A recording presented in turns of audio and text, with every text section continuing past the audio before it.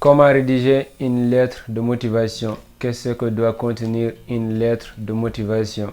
C'est notre sujet d'aujourd'hui. J'espère que vous allez bien. Bienvenue sur cette nouvelle vidéo qui va être très importante pour vous. Aujourd'hui, on va parler de lettres de motivation. Comment rédiger une lettre de motivation, les erreurs à éviter. Qu'est-ce que doit contenir une lettre de motivation? Je vous conseille de rester jusqu'à la fin de la vidéo. Elle va être très importante. Alors, si tu es nouveau sur la chaîne, n'oublie pas de t'abonner. Clique juste sur le bouton abonner et laisse un like sur la vidéo. C'est important et ça fait toujours un plaisir. Alors, attaquons notre vidéo.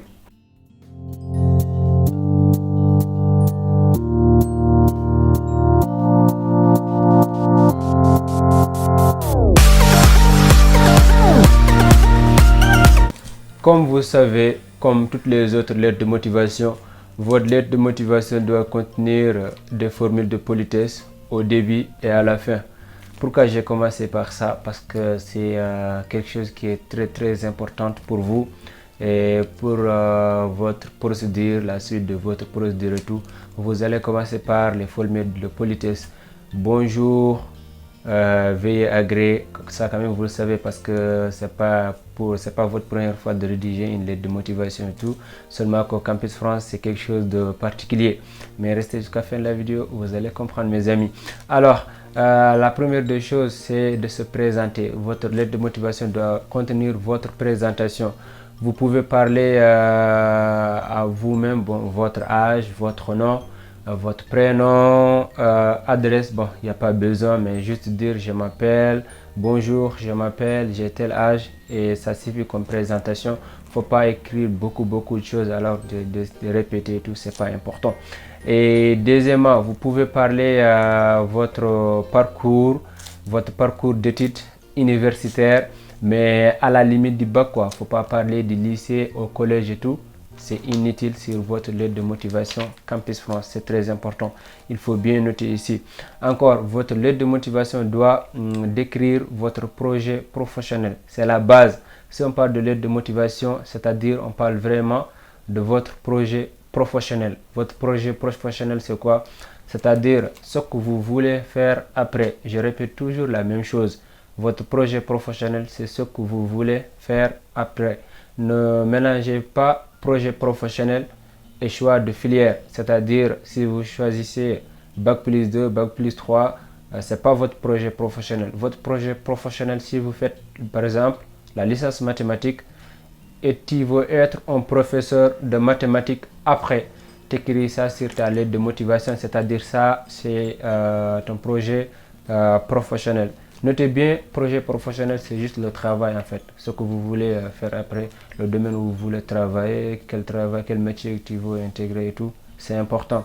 Alors, vous devez parler aussi pourquoi vous postulez pour cette licence ou master et tout. Parce que souvent, on va vous demander pourquoi tu as choisi cette licence, pourquoi tu as postulé pour ce master et tout. C'est important, il faut pouvoir justifier pourquoi vous avez choisi la licence informatique, la licence mathématique, la licence biologie ou master DUT ou autre chose. Il y a beaucoup de choix, mais en fait, comme c'est votre choix, il faut juste savoir justifier de ce que vous avez choisi. C'est important.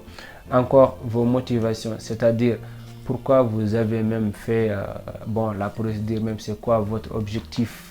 C'est important. Qu'est-ce que vous voyez après vos études et tout? C'est quoi vos rêves? Mais attention, faut pas raconter n'importe quoi. Hein. C'est juste quelque chose qui est simple et clair, rapide. Faut pas être trop gourmand, vouloir écrire, expliquer tout, après sortir, être hors sujet. Je vous conseille quelque chose aussi, ce que je voulais parler à la fin de la vidéo, mais je vous le dis maintenant. C'est de ne pas écrire beaucoup de choses quoi. Faut pas écrire beaucoup de choses. Votre lettre de motivation ne doit pas être très longue. Maximum 3 paragraphes, 4, maximum 3-4 paragraphes. Faut pas dépasser là. Il faut noter aussi que vous ne devez pas dépasser les 1500 caractères. Il faut pouvoir vérifier si vous ne dépassez pas les 1500 caractères. C'est important. Faut pas, votre lettre de motivation ne doit pas être très longue. Il faut noter ça, c'est très important. Et ensuite, votre lettre de motivation ne doit pas contenir genre des erreurs. Vous ne devez pas faire des erreurs sur votre lettre de motivation. Ça n'arrange pas les amis. Il faut vraiment faire attention d'ici. Si vous doutez qu'il y a des erreurs quelque part, il faut demander à quelqu'un, à votre proche, ou je sais pas, de nos jours quand même, bon, on a des correcteurs partout, des correcteurs d'orthographe et grammaire. Même si tu tapes sur Google, tu mets correcteur d'orthographe et grammaire, ça peut t'amener, tu peux coller là-bas ton texte, ça te corrige et tout, ça te suggère les erreurs, ce qui va et ce qui ne va pas et tout, ça te corrige. Et c'est important, ça peut même te proposer des mots, genre des synonymes, je sais pas et tout, ça pourra t'arranger. Mais notez bien que votre lettre de motivation, c'est la base. C'est parmi les clés de votre acceptation de Campus France et même votre visa. Parce que votre lettre de motivation, une fois que vous allez soumettre votre dossier, et là-bas à Campus France, c'est la première chose qu'ils vont voir. Hein. Il faut noter que c'est votre lettre de motivation qu'ils vont voir. Vraiment. Genre, ils vont ouvrir vos dossiers, ils vont dire voilà, où est la lettre de motivation, ils vont voir la lettre de motivation. Est-ce que c'est bien fait et tout? Est-ce que ça mérite vraiment être regardé, être lu et relu plusieurs fois? Si ça mérite, voilà, ils vont vraiment donner le temps pour ça. Sinon, ils vont dire non, ça ne va pas parce qu'on ne va pas perdre notre temps sur ça et tout. Du coup, c'est à vous de faire attention, de ne pas tomber dans ce genre de piège. Et notez bien qu'il y a avis assez favorable et avis assez défavorable. Et si votre lettre de motivation ne va pas, c'est-à-dire que forcément vous aurez avis assez défavorable. Et si vous avez avis assez défavorable, les amis, je répète ça tous les jours. C'est-à-dire que vous n'aurez pas votre visa même si vous avez cette acceptation sur cette... Non, t'inquiète pas, t'inquiète pas, t'inquiète pas. Tu auras une acceptation, tu déposeras ton visa et tu vas venir. Si tu as des projets, bah, venir en France, tu vas venir, t'inquiète pas, je rigole. Ensuite, je vous parle de votre projet d'études. J'ai parlé de projet professionnel, j'espère que vous avez bien compris. Maintenant, le projet d'études, c'est genre votre parcours d'études, ce que vous faites actuellement et ce que vous voulez faire après. Genre pas le travail, mais durant vos études en fait. Genre si vous faites la licence biologie, votre projet d'études, c'est de faire la licence biologie. Je ne sais pas si tu es en bac plus 2. Exemple seulement, je vous donne juste un exemple. Si tu es en bac plus 2, votre projet d'études, voilà, c'est de faire bac plus 2, bac plus 3, master 1, master 2. Voilà, c'est ton projet quoi.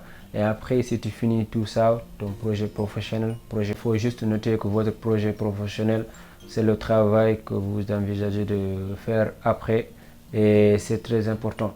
Mais ne confondez pas projet d'études et projet professionnel. Et surtout, choix de formation et projet d'études. C'est deux choses qui sont diamétralement opposées. Projet d'études, c'est votre parcours. Projet professionnel, c'est le travail que vous voulez faire après. Et les choix de formation, c'est les choix de formation. Si tu choisis informatique, mathématiques, biologie, chimie, je sais pas autre chose, ça dépend de toi. Et ce que je vous conseille, c'est juste de soigner bien vos lettres de motivation, éviter les erreurs, rédigez bien votre projet d'études, votre projet professionnel.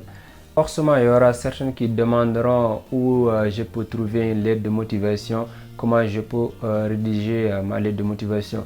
Mais ce que je vous conseille, c'est de rédiger votre lettre de motivation en fait vous-même.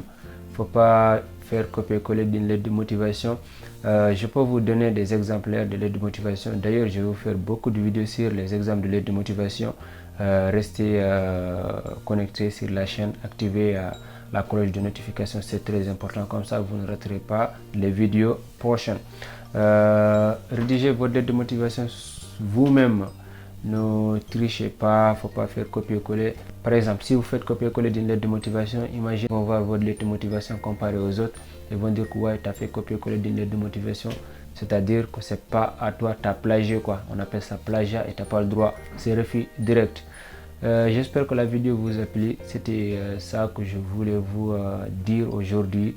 Abonne-toi, like la vidéo, partage, c'est très important. Et surtout, reste sur la chaîne. J'ai fait beaucoup de vidéos sur Campus France. Va les regarder. Allez, ciao, à la prochaine vidéo.